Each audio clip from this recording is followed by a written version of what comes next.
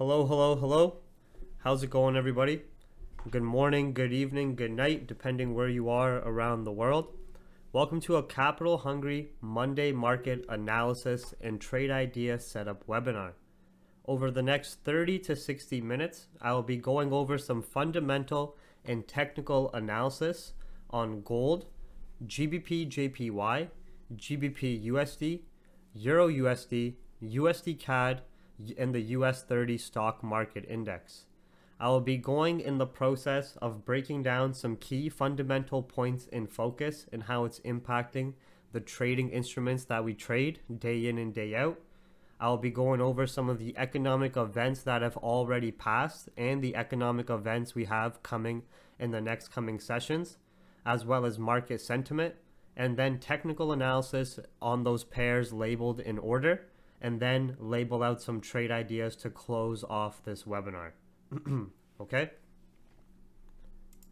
So, some recent fundamental points. As you may have noticed over the last couple of weeks, we've had a flurry of central bank interest rate decisions, as majority of central banks have been playing this balancing act game as they're transitioning more into a hawkish tone to combat the inevitably increasing inflation. If they don't start combating the increasing inflation, then they can start to reach the territory of hyperinflation, which can lead to an economic collapse within itself. But the majority of smart money investors, as well as people invested into the stock market, know that over the course of the last 2 years, the market has been artificially pumped up by the money supply increases by central banks' asset purchase program, the smart money investors riding that wave, and of course the lower interest rates. But so far, we've seen that the central banks are moving into a hawkish tone, but very slow and steady, and a lot of that has been priced in.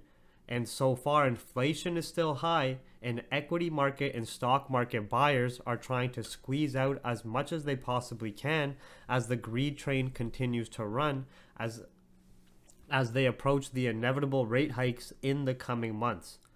We can also see, to start off this week, especially after the previous week where we had so much economic data in terms of PMI figures from countries around the world, retail sales, inflation figures, non-farm payrolls and labor market from the US side, interest rate decisions from Bank of England, Euro Central Bank, and so forth. To start off this week so far, as a lot of that information has been digested and priced into the markets, the volume and volatility is slower as smart money investors are waiting for more economic data or fundamental catalysts to unfold. So we can see so far the volume and volatility has been a bit lower and slower. And on the back burner, we also want to keep some focus on the Ukraine and Russia tensions that are still potentially escalating and can bring some fear, uncertainty, and doubt to the market. But so far, everything is still looking relatively optimistic from an investor standpoint, meaning equities are just ranging at their highs. The Japanese yen is still relatively soft. The dollar's a bit more bearish to start off this new week as well. And we will be talking about market sentiment and so forth within a second here. So, economic events. Slow week in terms of economic events. Like I said, last week was the heavy week in terms of volatility with all of the various economic data reports, again, such as PMI figures from various countries. We had the retail sales reports, non-farm payrolls and such from the US, and the interest rate decisions, like we played the Bank of England GBP buys and such. But now, as we're gearing into the month of February, it is a lot slower this week in terms of economic data, and we don't have anything to focus on through the Asian session, and nothing going on as well over the Euro and London session overnight. But at 8:30 a.m. Eastern, we have the U.S. international trade figures, which is going to impact the U.S. dollar, gold, and U.S. equities. And at the same time, 8:30 a.m. Eastern, we also have Canada's trade balance figures, which is going to impact the Canadian dollar. Now, the majority of us trade gold, yen pairs like GBPJPY, EUROJPY. We trade US dollar pairs like EURUSD, GBPUSD, USD Cad. We trade the equity markets like US 30, NASDAQ, SPY, whatever it may be, right? So it's great to have a fundamental understanding of market sentiment. Market sentiment is the investor psychology movement of order flow through the market based on if conditions are very optimistic or if conditions are very fearful, uncertain, or doubtful, which is where you get your FUD, fear, uncertainty, and doubt. With all of the interest rate decisions so far from the prior weeks being priced in and the economic data being priced in, we can see to start off this week so far, the dollar is a bit softer on the intraday timeframes. The Japanese yen is still relatively bearish and softer. The volatility index is a bit more bearish, and the equity markets are a bit more bullish. Remember this information in terms of market sentiment because this is going to come in handy when we do our analysis on our US dollar pairs and on our Japanese yen pairs, as we can anticipate some potential weakness to come in the coming sessions.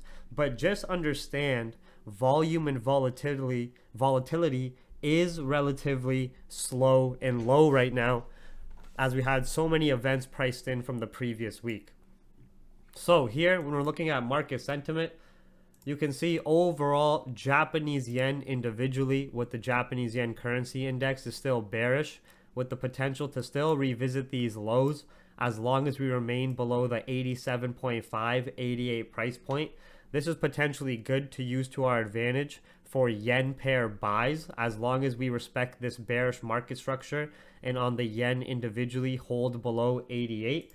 Now the dollar on the higher time frames is bullish, but the Federal Reserve interest rate decision move has been priced in, and you can see we're doing a deeper pullback from new highs being printed, with the intraday time frames being a bit more bearish after the interest rate decision move from the prior week already being priced in, buyers grabbing their piece of the pie, exiting in the market, and sellers jumping in hand.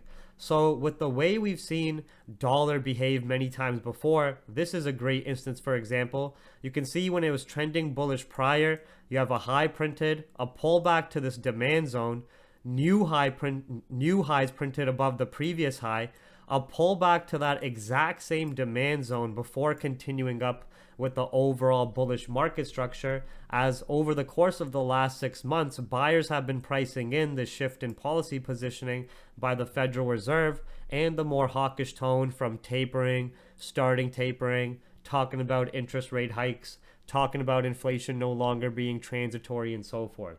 But anyways, what I'm trying to say is, in the short term right now, it wouldn't be out of the ordinary that if dollar fails to break above 95.7, that it could drive down to revisit these low areas again before collecting some more buy orders and continuing back bullish with the overall trend. And that short-term weakness on the dollar will allow us to play that weakness on pairs like GU, EURUSD, and if you guys trade like AUD USD, NZD USD, and so forth. Okay. So price action wise, the dollar on the shorter time frames here is looking a bit weaker, is looking a bit softer. We are looking to play some dollar weakness. Japanese yen individually also looking weaker. Equity markets are still holding bullish at their all-time highs or previous highs. US equities just ranging. UK equities are still bullish. German DAX is still holding very bullish on the higher time frames above this demand zone. So the markets are still relatively optimistic. And we want to keep that in mind, that the interest rate sentiments have been priced in. Inflation is still high, which is going to keep the stock markets bullish, gold relatively bullish, and dollar and yen are a bit weaker in the short term. So now, when we look at gold, let's break this down fundamentally and technically. What we can see here is a very, very key price sensitivity area and price zone at the 1790s. This aggressive bearish downside move was the last Federal Reserve interest rate decision where they brought a more hawkish tone. what's very interesting about this was enough sellers order flow at the time to drive us down to the significant demand zone and fail to break. And you can see for the start of the new week and new month, we even had a pullback from this area, more sell orders collected, and still failed to break. Then we even had a stronger NFP to close off last week, drove down to this area, and still failed to break.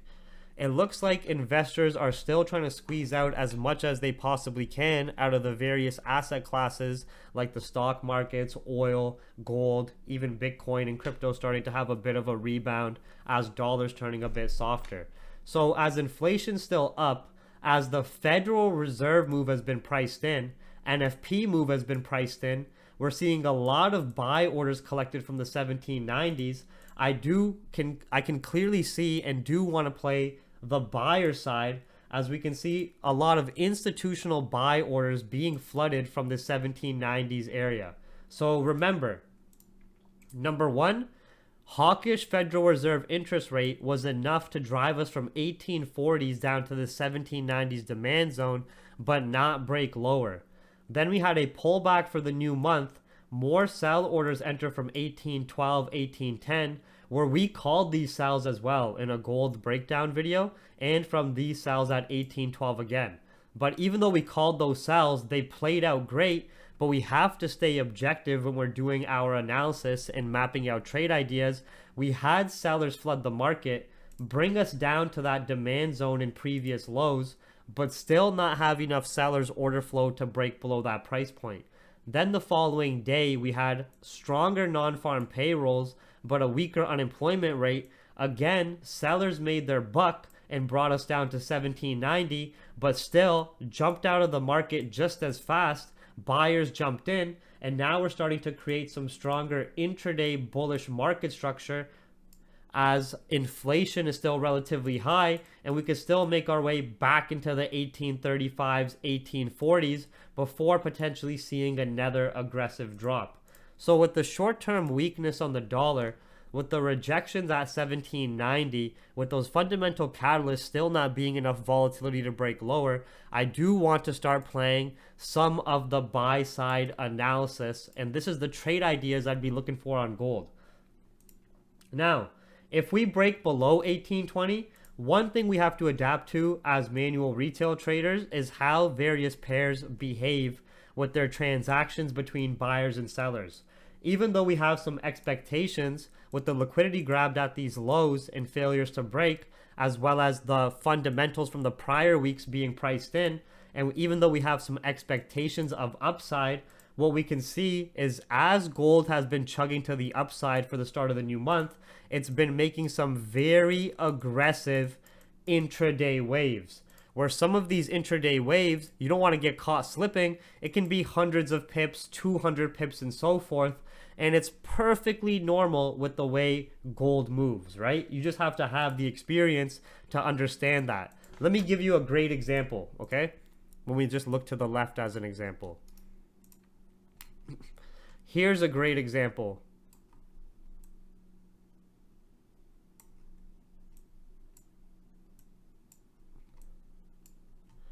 So see, this is a similar situation, but as you had these impulsive moves, it gets priced in, the sellers exit the market, the buyers start to jump in, and you can see over the course of the next 2 weeks, gold has a run from 1760s up into 1830s. But on the intraday time frames, you have these very aggressive waves as you're making your way to the upside, where those intraday waves can be 50, 100 pips. As you're having buyers take profit, it creates that pullback, sellers jump in, and then you have it pushed down to a more favorable demand zone before continuing right back bullish.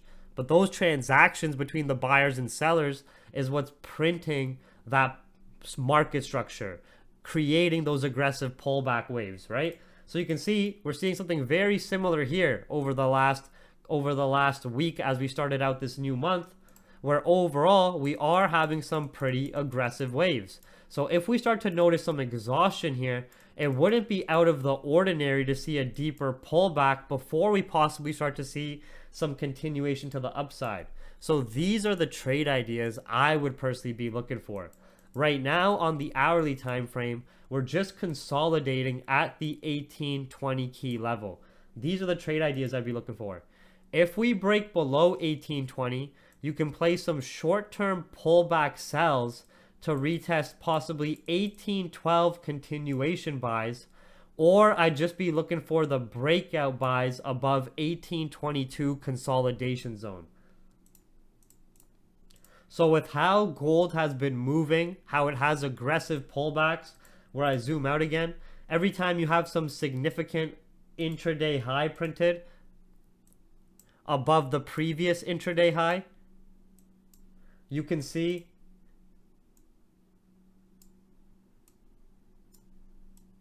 you do enter some type of pullback phase, regardless if it's slow and steady or very impulsive, you do enter that bit of a pullback phase.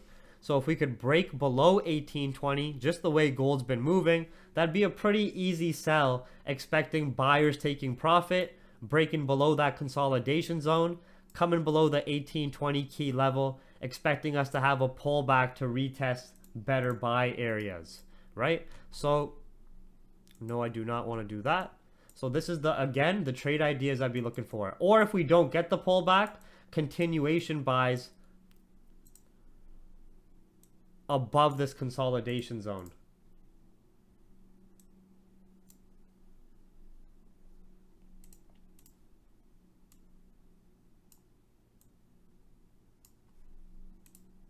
I also do see some sells and a hard rejection on gold, possibly at 1830s if we do make our way up there. But anyways, the way gold's been behaving, we can see as volume has been lower, but volatility still relatively high to start the new month.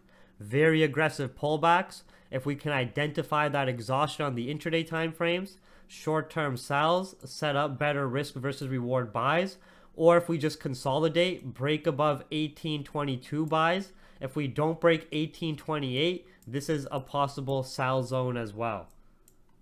But I do see us just playing this corrective structure until we get some more fundamental catalysts and juice in the market. That's new events that haven't already been priced in. Don't worry about 1828 too much up there. Just focus on this really for now. Either break above 1822 buys, or if we break below 1820, short-term pullback sells, then better buys around 1813, 1812.5. Let the pullback take place, identify the support, ride the buys back to the upside. Now, GBPJPY. Higher time frames on GJ are very bullish off this strong demand zone. We have to notice a few things. Higher time frame, bullish.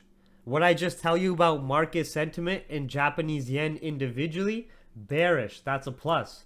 Institutionally, what we observe from a technical perspective, we can clearly see shit tons of buy orders that flood the market from this demand zone at around 149. What's also very interesting is if you notice every time there's significant buy orders collected from this demand zone, you actually have a rally at one point or another that leads into even higher highs than the previous high there, right? So you can see to start off the new year, we drove down to this demand zone, collected more buy orders, had enough volume to revisit these previous highs, but then had some buyers take profit, just creating a pullback phase, which this pullback was 50% correction of the impulsive move.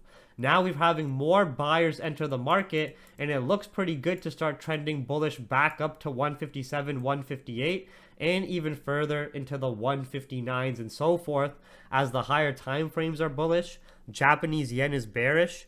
UK stock markets are still bullish.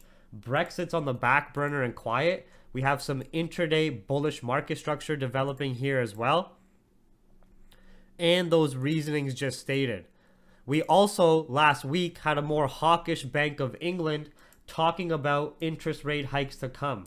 We can see we had an intraday high printed, a pullback so far with the potential to at least revisit these highs and chug even higher. These are the trade ideas I'd be looking for on GJ. mainly buyer bias.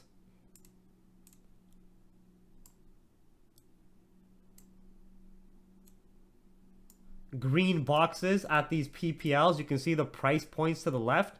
If we have a deeper pullback, double bottom to retest previous intraday high, collect more buy orders from 155.2, 155.5, 156 buys in these areas. I would only sell GJ or switch into a seller bias if Japanese yen picks up strength, and the reasoning for that would be based on fear fundamentals. We would need some fear-based volatility in the market that we already haven't priced in, that we already haven't seen yet. A lot of the COVID stuff priced in. Countries are out of lockdown. Ukraine and Russia is a lot of just talk right now. Brexit, all that nonsense priced in. A lot of the central banking is what we're focusing on. Okay? Does that make sense? Is everybody following along? I would only sell below 154.8.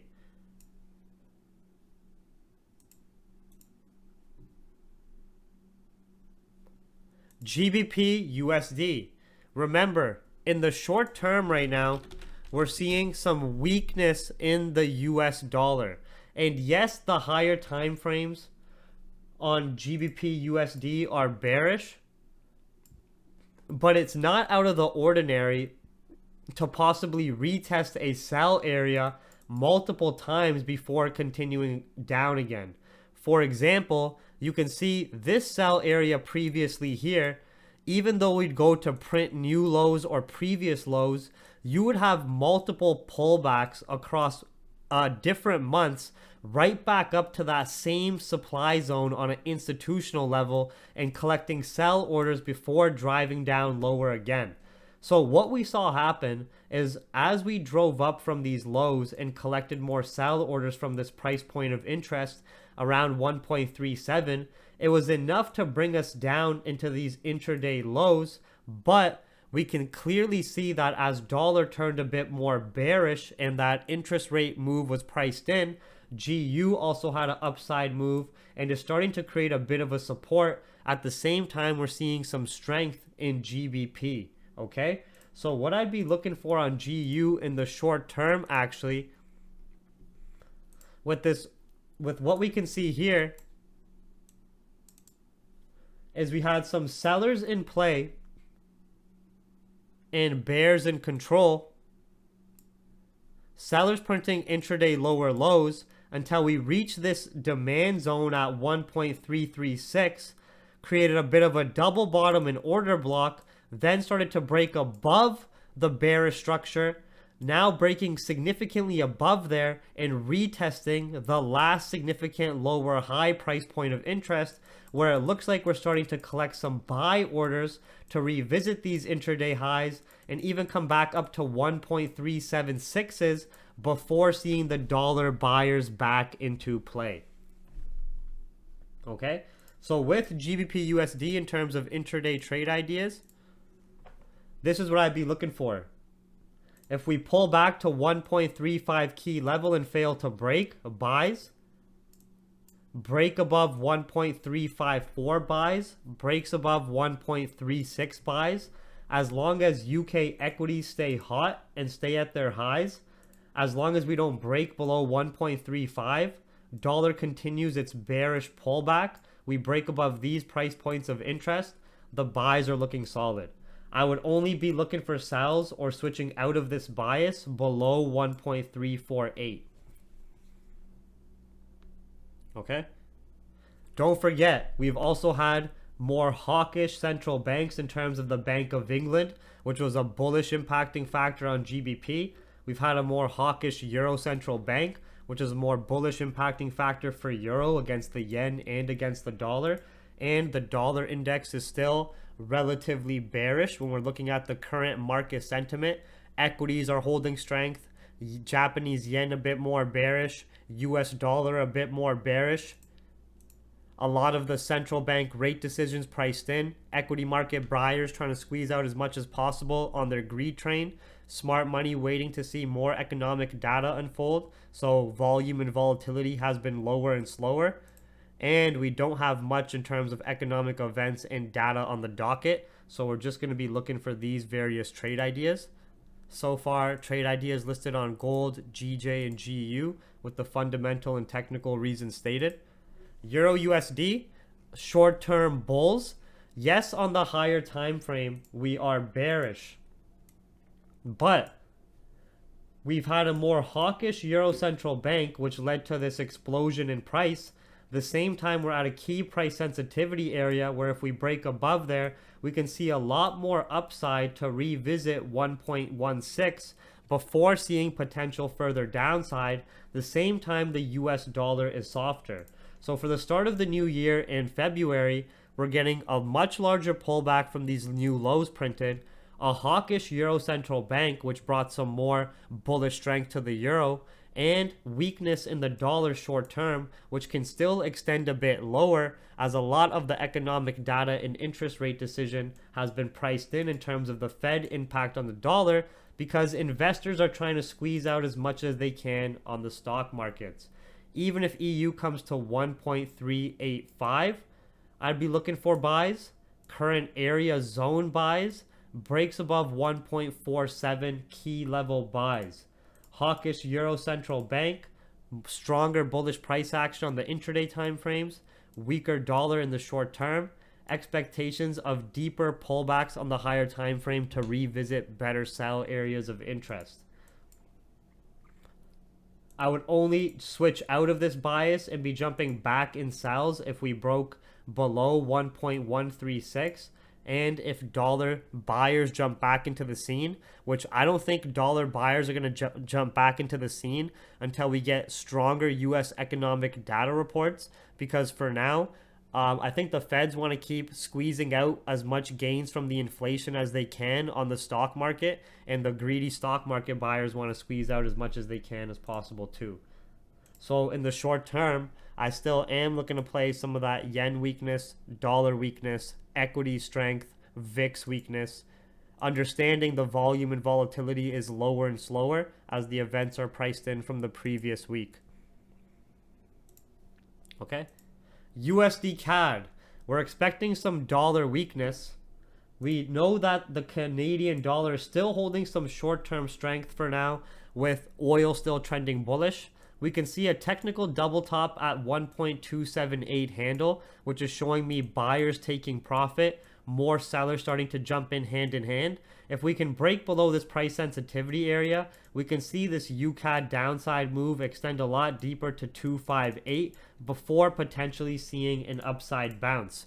It does look like we should adapt accordingly to some of this sell side structure on UCAD, with potential sells from 2.7 retest and safer sells breaks below 2.66.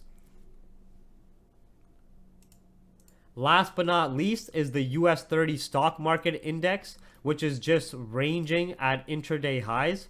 We can see a lot of buy orders collected from this strong higher time frame demand zone, interest rate decision news priced in, economic data priced in, and the buyers exploding, breaking out of this consolidation zone and order block from the 33,800s.